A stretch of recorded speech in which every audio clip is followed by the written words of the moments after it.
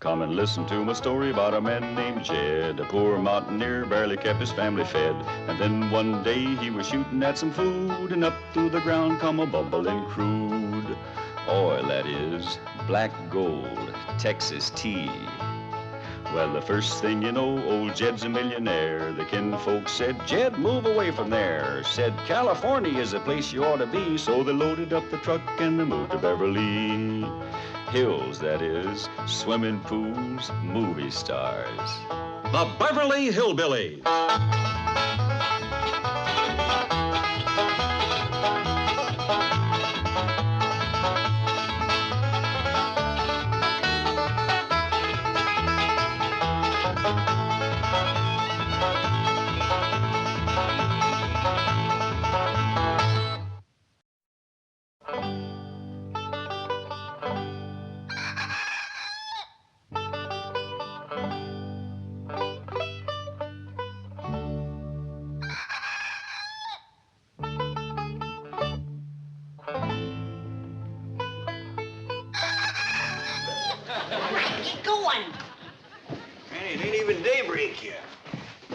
Earl, did you have to crow this early? You did fine, Earl.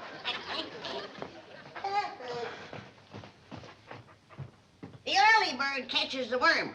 When we plow up that front yard out there, you're going to be up to your wishbone in them.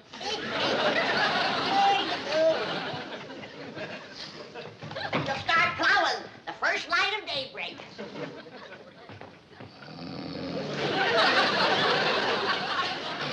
Shame on you. City living has made you soft and lazy. Now get to your feet before the whole morning is wasted. It's already past 4 o'clock. 4 o'clock's powerful early. No, not when you have the whole front yard to plow, and corn to plant, and taters, and turnips, rutabagas, and onions, and oats, and barley, and watermelon. All right, Granny, all right. Now, you get in the kitchen and get some breakfast on the table, and we'll be in directly. See that you do. Let's eat us a good big breakfast, Jethro, because you and me are going to be pulling that plow. Paul? No, Ellie, now, I know you're strong and you're willing, but this here is Beverly Hills, and just wouldn't look right for a young, pretty girl to be pulling the plow. Paul? No, Ellie. Uncle Jed, what Ellie's trying to tell you is that we went out last night and got a mule to pull that plow. You did? Well, yeah, like you were saying, this here is Beverly Hills, and we got to keep up appearances. That's right. Where is it? Well, it's tied to that big tree out back. Well, Jethro, he didn't look too happy there, so I bedded him down. Good girl, Ellie.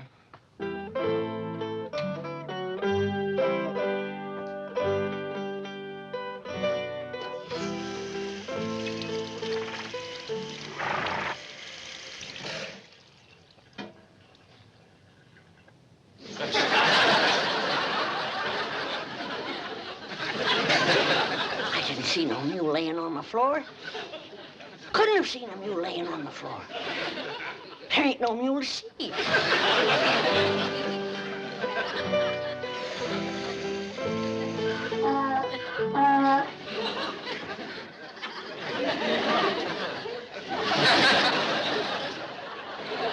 How's it going, Granny? Oh, just fine, just fine. Jed, did you notice anything unusual about the kitchen this morning?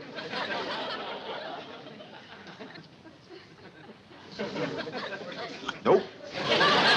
Unless you mean that mule sleeping on the floor over there. Oh, praise be, Jed. I thought I was having visions. Who brought him in here? You know as well as I do who's always bringing outdoor critters indoors. Well, see if you can get him back outdoors again. I don't cotton to mules laying around my kitchen.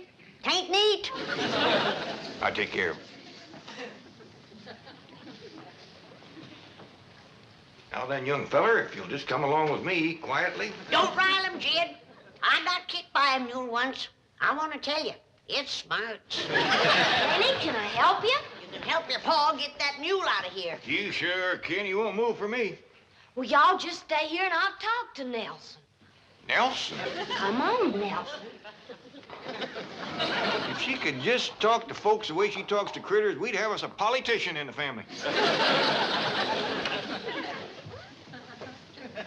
Well, get that mule bed out of here and wash up for breakfast, all of you.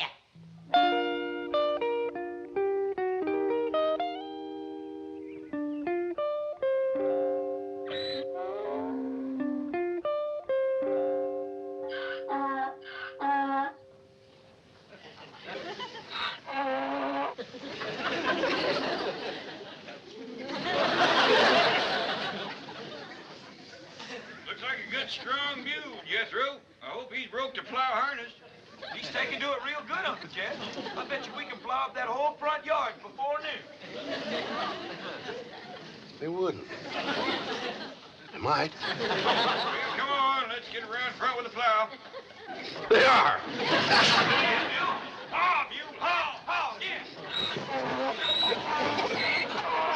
Mr. Clavitt! Mr. Clavitt, wait! Wait!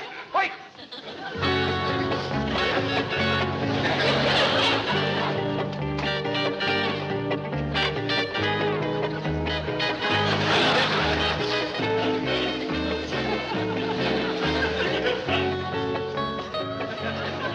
Oh, and Jethro's bringing the plow. Want me to stick the rest of these in the ground for you? Yes, Ellie. This being the dark of the moon, we'll plant the things that grow underground first, like our taters and our turnips and our onions and our beets and our radishes. Then comes the light of the moon, and we'll plant our corn and our beans and our tomatoes. Gee, Granny, you know more about farming than anybody. Look yonder. The sun's full up and we ain't plowed one furrow. What will folks think of us around here? I reckon folks ain't out of bed yet. Folks around here sleep a mite later than they did back home. I reckon so, Ellie. You know what I miss most, Ellie? What, Granny? Well, back home when we'd commenced a plowing and a planting and a harvesting and a barn raising, or any kind of a big job, the neighbors would all come by to see if they can help you. Folks don't do that out here in Beverly Hills. They don't seem willing to help you like the folks back home. What is, Granny? Look who's a-coming on the run. Well, thing is, I spoke too fast. He ain't only willing, he's anxious.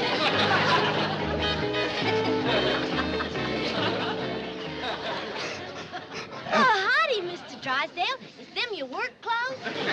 So, Ellie, and just because you're such a nice neighbor, I'm gonna let you plow the first furrow. But unless you've got tough feet, you better put on some shoes. Granny. Ellie. Please. He is anxious. I'll go see what's holding up the men folks with the plow. It ain't no use, Uncle Jed. This here mule's done made up his mind. He gonna sit for a spell. Yeah, knowing mules like I do, we might as well set for a spell, too.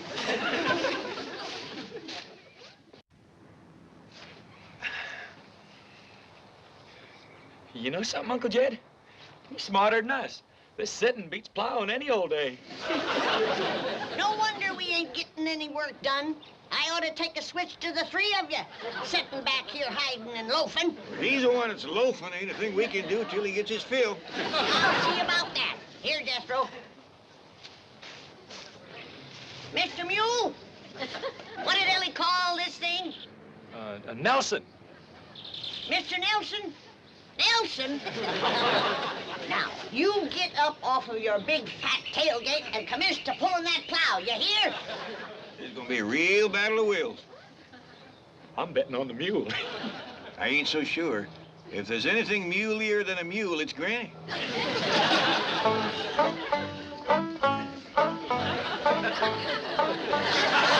Granny?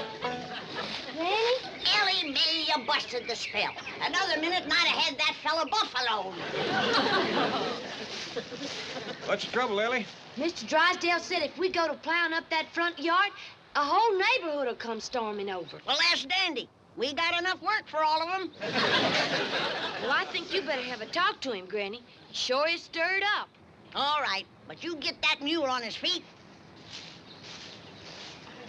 Nelson balking again, is he?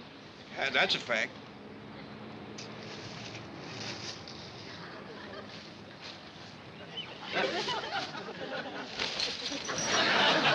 Hey, Ellie, what'd you say to that there mule?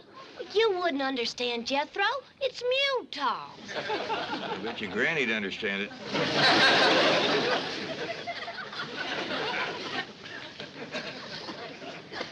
Hold on there. What the hell are you doing? Granny, you can't grow things like turnips and onions here in front of the house.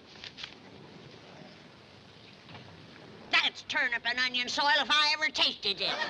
You can't grow anything. There's a zoning ordinance here. Now you tell me. I already swallowed it. Bless you. Thank you. Granny, you don't Bless you again. You better get some shoes on your feet. Hi, Mr. Drysdale. Hey, Ellie got the mule up, Granny, and Uncle Jed will be here with the plow directly. Bless you. Oh, I've got to get home and get some clothes on or I'll catch pneumonia. Promise me you won't do anything until I get back. I've waited as long as I'm gonna wait. Jethro, you take him in the house and put some shoes on him and some dry clothes. Okay, Granny. Come on, Mr. Drysdale. No! Hey, you better never say no to Granny unless your hide wants tanning.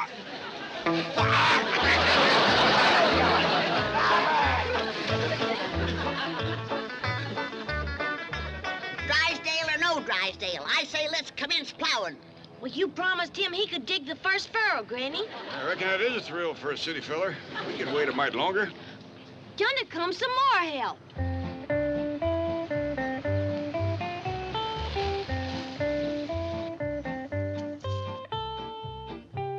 What in the name of Secretary Freeman are you doing? We're fixing to plow and plant. What does it look like we're doing?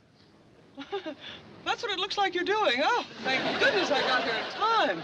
You city folks are willing, but you sure don't know how to dress for plowing. Does Mr. Drysdale know about this? Oh, yeah, we was waiting for him to plow the first furrow. And we ain't gonna wait much longer. Granny, yonder he comes. Don't start yet! Don't start! Don't start yet! Don't start!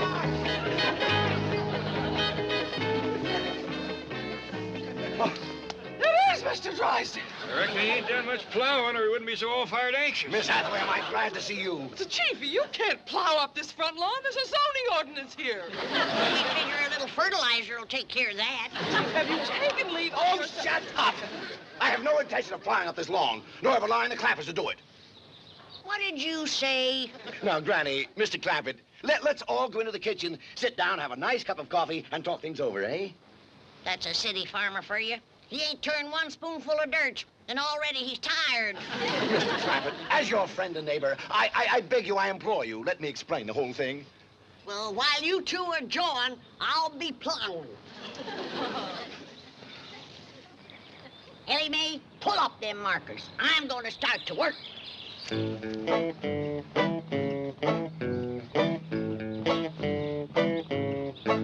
Giddy up, Fuel! Ha! Let's go!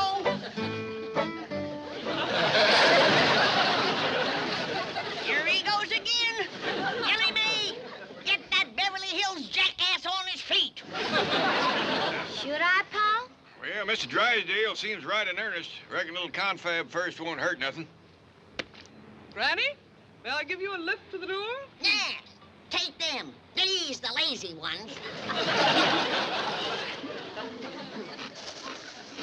But, Mr. Drysdale, we done scouted the whole estate and that piece of land out front. That piece of land out front there. Jethro, that's the third breakfast you've had this morning. Oh, Uncle Jed, plowing gives a fella an appetite. But you ain't plowed none yet. Oh, I know, but we've been talking about it since 4 this morning, and it's got me starving. Well, take it into the pantry. You're making more noise than a heifer going through a dry thicket. Gee whiz, just 'cause a fella gets hungry talking about plowing, you gotta throw him out of the kitchen. Why don't you ever talk about Ellie Mae? She eats just as much as I do. You gotta pick on me. No, I try my best. Well, now, as I was saying, that piece of ground out front is the best on the whole place for gardening. It's nice and level. It's got no stumps or brush to clear. It's handy to the house, and it's handy to the street. So as Granny can set up a little stand and sell some of the stuff she growed. Well, I reckon Mr. Drysdale got up a mite too early for a city fella. Ellie Mae, give him some more coffee. Mr. Clampett, your neighbors in this lovely and exclusive section would never accept such action. They would originate petitions. They would bring legal proceedings. They would take every means to protest vigorously and vociferously. You mean to get him riled? Exactly. Well, now, we sure don't want to do nothing to rile the neighbors, but Granny's powerful set on plowing and planting that piece of land out front. Mr. Clampett, I will explain to Granny that in addition to the aesthetic depreciation and the local hostility that would obtain, the net results in volume of produce weighted against value per acre would make the entire venture economically unfeasible. Well, if you're gonna explain it to her that way, I might just as well start plowing. You gonna tell Ellie to get that mule up, or am I gonna have to start turning that ground by hand? Now, Granny, just bank your fire for a minute. Ain't you done jawing yet? No, not quite. What time is it? Almost straight up for 9 a.m. Hear that, Jed? We've done wasted the whole day. Hey, pour your Granny a cup of coffee. You want to do your granny a favor? You get that four-legged friend of yours to pull in the plow, like he was paid his bucket of oats to do.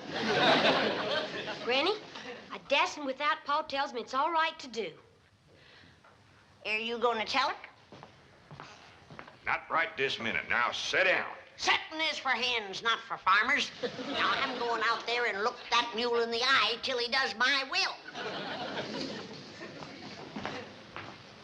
And I want to warn you, Jed Clampett, you're going to own a mule with a powerful headache and a broke spirit.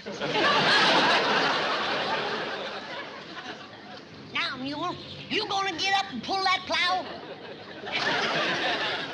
I say air.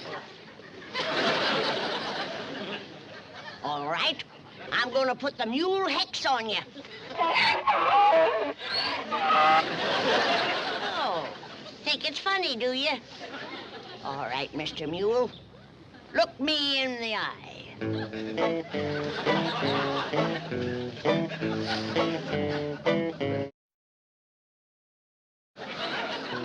I hope your field trip idea works.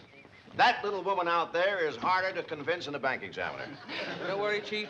I shall carry the message to Garcia, or in this case, to Granny. Well, I'll change clothes and get down to the bank. Lots of luck. Now then, shall we put Granny in the front seat with me?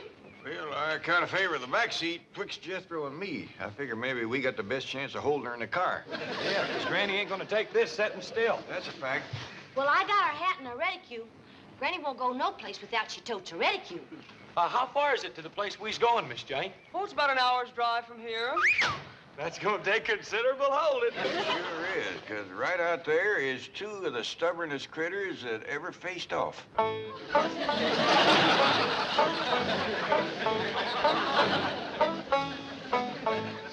You're getting a headache. You're getting a headache. You better, because I sure am.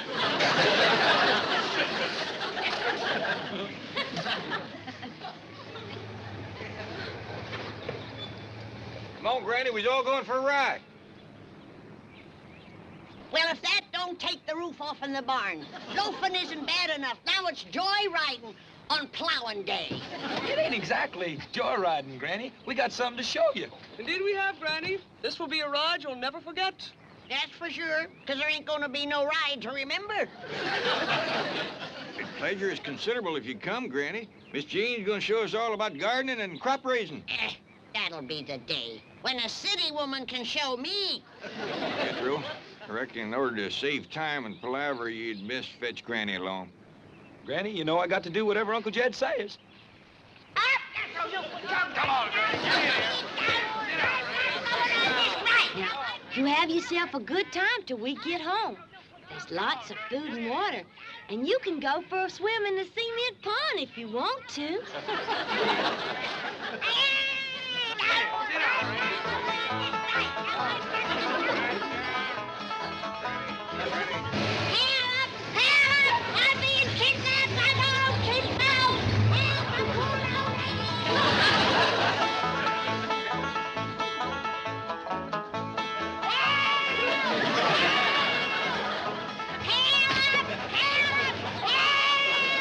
Granny, quieten down. Not me if I'm going fighting. Quiet down. Look out yonder, Granny. Ain't that something? Now do you see why we brought you here? Sure I do. You want to drown me in one of them ditches.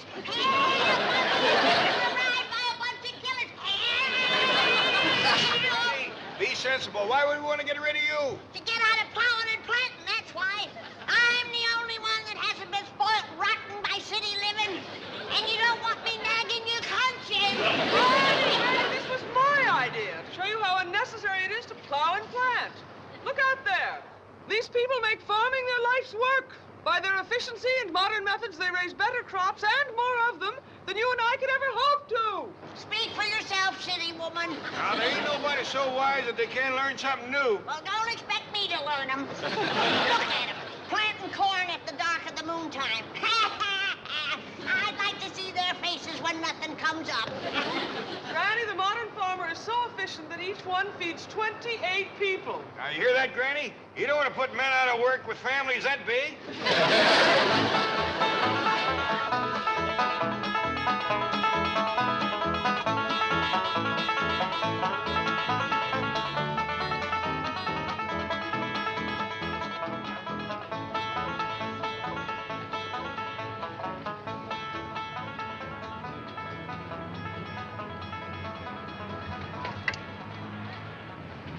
How come we stopping here, Miss Jane? We's only a half a mile from home. We got plowing to do. Granny, ain't you convinced yet? Precisely why I stopped you, Mr. Clampett. I have something else to show Granny, and I think you'll find it very rewarding. What's that mean? I think it means you're gonna get a reward. In that case, get out of my way.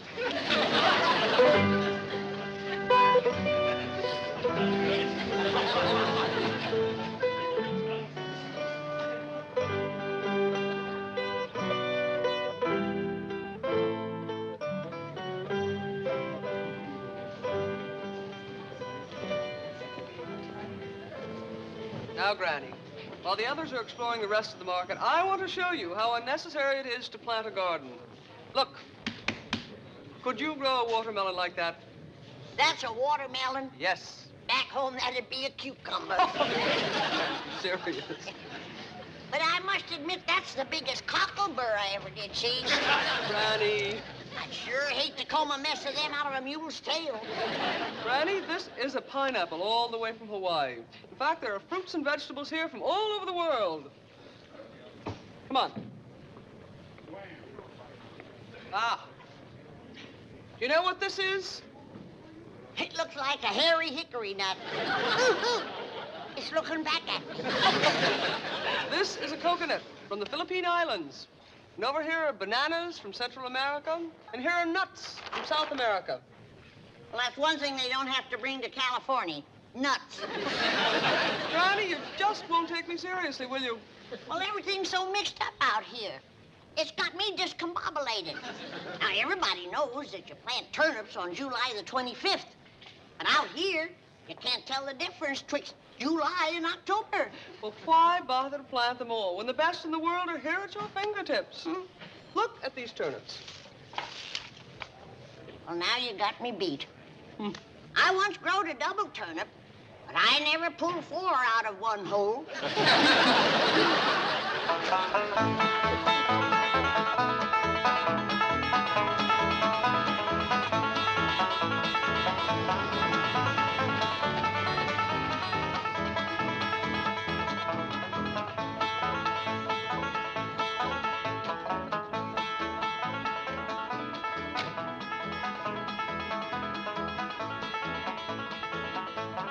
Well, Granny, how'd you like the trip? I liked it fine. Wasn't that supermarket an eye-opener? Best fiddle store I ever did see. Wonderful. Now let's get busy and start plowing. But Granny, I thought you done give up the idea of growing your own victuals. I did, till I went through that thing they call the checkout stand where you pay for what you got. Well, I went through one of them. I thought it was pretty fair. Well, by diggies, when I can't buy a sack of victuals for $5,000, then I'm going to start growing my own. $5,000. Cold cash, my life savings. I handed that girl $5,000 and she handed it back to me. Said it wouldn't buy nothing.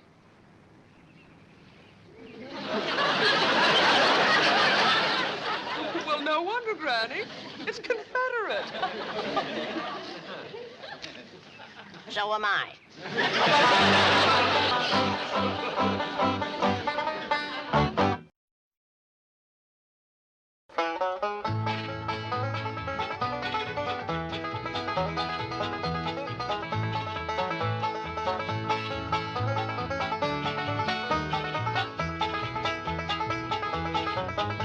Well, now it's time to say goodbye to Jed and all his kin. And they would like to thank you folks for kindly dropping in. You're all invited back next week to this locality to have a heaping helping of their hospitality. Hillbilly, that is. Set a spell. Take your shoes off. You all come back now. Here? This has been a Filmways presentation.